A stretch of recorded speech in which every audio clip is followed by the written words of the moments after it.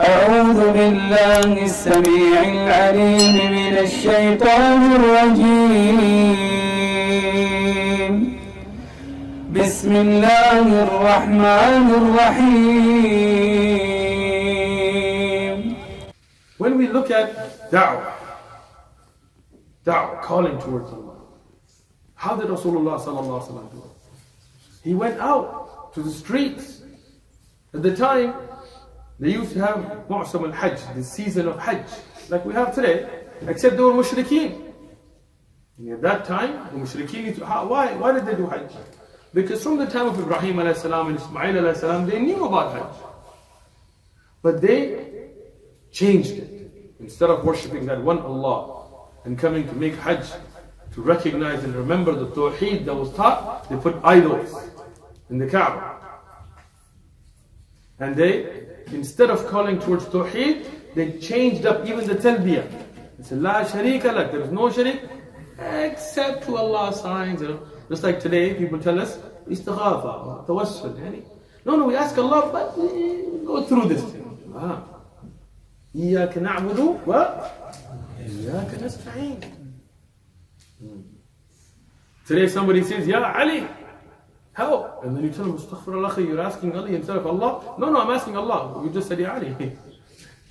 Confused. No, not the way of Rasulullah sallallahu alaihi wasallam. Tawheed. He went to the mushrikeen, he told them, look, these idols are worshipping can do nothing. This is wrong, this is shirk. Only Allah can be worshipped. Correct. And he went out. He didn't just sit in the masjid and say, okay, I'm going to give a talk and I'm going to... Yes, we give durus in masajid. Yes, we give halaqat in masajid. We teach as Rasulullah did. In Medina, for example, you see so many ahadith that he's sitting and he teaches the Sahaba about Tawheed, about Jannah, about Jahannam. Yes, but when you talk about Dawah, they went out to the people. Look at Nuh alayhi salam. Nuh alayhi salam, he would call the people openly and secretly. For 950 years. 50 less than 1,000 is 950 years. He called people, utilizing every way.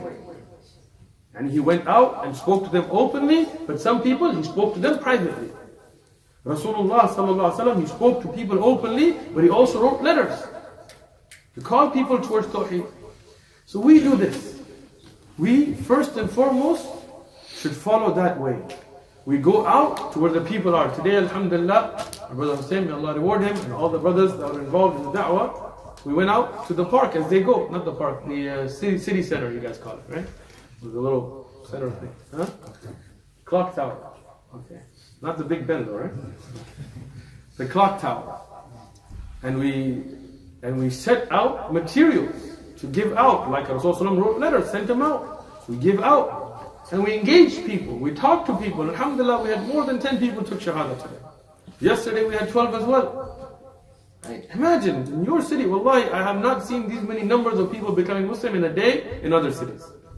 Even our own city. Allahu barik lakum. We want all of you involved in that, supporting in any way you can. So, we follow that way. But Rasulullah sallallahu alaihi wasallam, he would also utilize other ways. In addition to this, how? When the Quraysh used to have a system, we would call today social media. Right? When they had a warning for an army or an enemy that's attacking, they would go on a particular hill and they would take off all their clothes, get birthday suited. And they would tell people, Ya Sabah, meaning that there's an army coming, wake up, morning's going to bring war. And this was an alarm system for them. This was their message that was going to be sent out, their social messaging. Right? Why? Because they knew this would happen. Why did they take their clothes off? Is because if you saw a naked dude on that mountain, just even if you don't hear him, something's wrong. Yeah? Now Rasulullah sallallahu alaihi wasallam utilized that system, but he didn't take his clothes off. He went on the same mountain, said the same thing. When the people gathered, he told them, you know the famous hadith, now you get the context of that. Why did he say, if I told you there's an army, would you believe? Why? Because that was their warning system for an army to attack Mecca. So he told them, that if I told you, he said, army, there's army, would you believe me? He said, of course, you're Sadiq, you're Ameen, you're the honest, you're the trustworthy.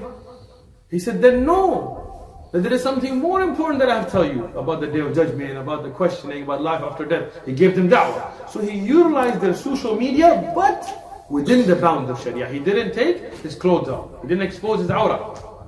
So what does that mean? From the way of Rasulullah sallallahu alaihi wasallam, we can utilize technology. We can utilize YouTube, Facebook, Instagram, Snapchat, maybe even TikTok. I mean, I'm not on TikTok, but people post my videos. I don't have TikTok. But within the bounds of the Sharia, right? That means you can utilize them, but what you cannot do is put music in them. You cannot do is show women without hijab in them. You cannot violate the rules of Sharia. Within the rules of Sharia, we utilize all the technology to spread the da'wah. And this is something we see from the life of Rasulullah sallallahu alaihi wasallam. Some people, their da'wah, like I said, is just to attack other Muslims, just to cause fitna. Yeah. But is this what we see from the Sahaba? Is this what we see from Rasulullah sallallahu alaihi wasallam? No. The concern for the people going to Jahannam, people who if they die in shirk, they'll be in the hellfire forever. That should be your number one concern. After that, if somebody gives the wrong fatwa, yes, you can refute it. If somebody tries to misguide the ummah, yes, you can refute it. But don't think da'wah just means making rudud. Some people, they think da'wah is just to speak to other Muslims. And yes, we believe in making islah. If somebody goes astray, Muslims are away from the masjid, Muslims are going into pubs and hooliganism or whatever, making gangs and stabbing each other. I don't know how a Muslim could stab another Muslim. Astaghfirullah. And yes, we need to bring those youth and people away from the religion to the masjid. No doubt to that. But that doesn't mean that that is the extent of da'wah. Da'wah is more than that. This is making islah of the ummah. May Allah reward anybody on the Quran and Sunnah making islah of the ummah. Bringing people back to Allah. Great. But what about all those kuffar that you live around? That you go to school with? That you work with? That if they die in this state, they'll be in hellfire forever. Forever, ever. A Muslim, even if he's a fasiq, even if he's a fajr, if he dies on tawheed, someday Allah will take them out to the nar. And we don't want to do that. We don't want to go to Jahannam even for a second. If you think that you can handle it, go home, turn on your oven, stove, I don't know if you guys call them here, right? And put your hand on the fire. Just an example. Then you're going to blame me for it. And when that fire hits your hand and it starts to burn, and that pain comes, let me know how long you can hold it there. What about a fire that is much worse than this? What about a fire that if you were taken out of it and put in this fire, you would feel at ease in it?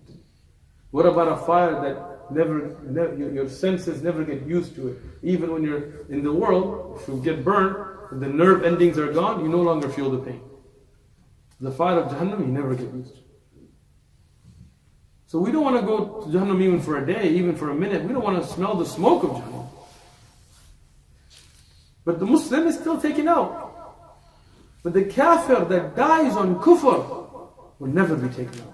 So how can you have a markaz of da'wah and it's right next to a kafir and 30, 40 years nobody goes to that kafir and tells them, Akhi, do you know about Allah? You don't think that kafir will hold all of your umara by their necks on the day of judgment and say, how come he didn't tell me about tawheed? Yeah. So if you want to do da'wah, and you want to say the way of Rasulullah sallallahu alaihi wasallam, then no, this is the way of Rasulullah sallallahu alaihi wasallam. Otherwise, Rasulullah sallallahu alaihi wasallam could have gone and visited the Sahaba and brought them to the masjid and sat and given them the most beautiful talks ever. And then that's it. No. He went out with any means necessary. Whether sometimes with sayf, sometimes with letters, sometimes with words, sometimes with sending Sahaba like Mus'ab radiallahu anhu to Medina, Mu'adh bin Jabal radiallahu anhu, and he out when they were sending the Sahaba, Ali bin Abi Talib radiallahu anhu, he sent them out to places to call people towards Tawheed, to call the kuffar away from shirk and to the worshipping of Allah. And this is the way of da'wah for us. This is the way of da'wah for us. The way of Rasulullah sallallahu alaihi wasallam. The way of the Salaf of this ummah.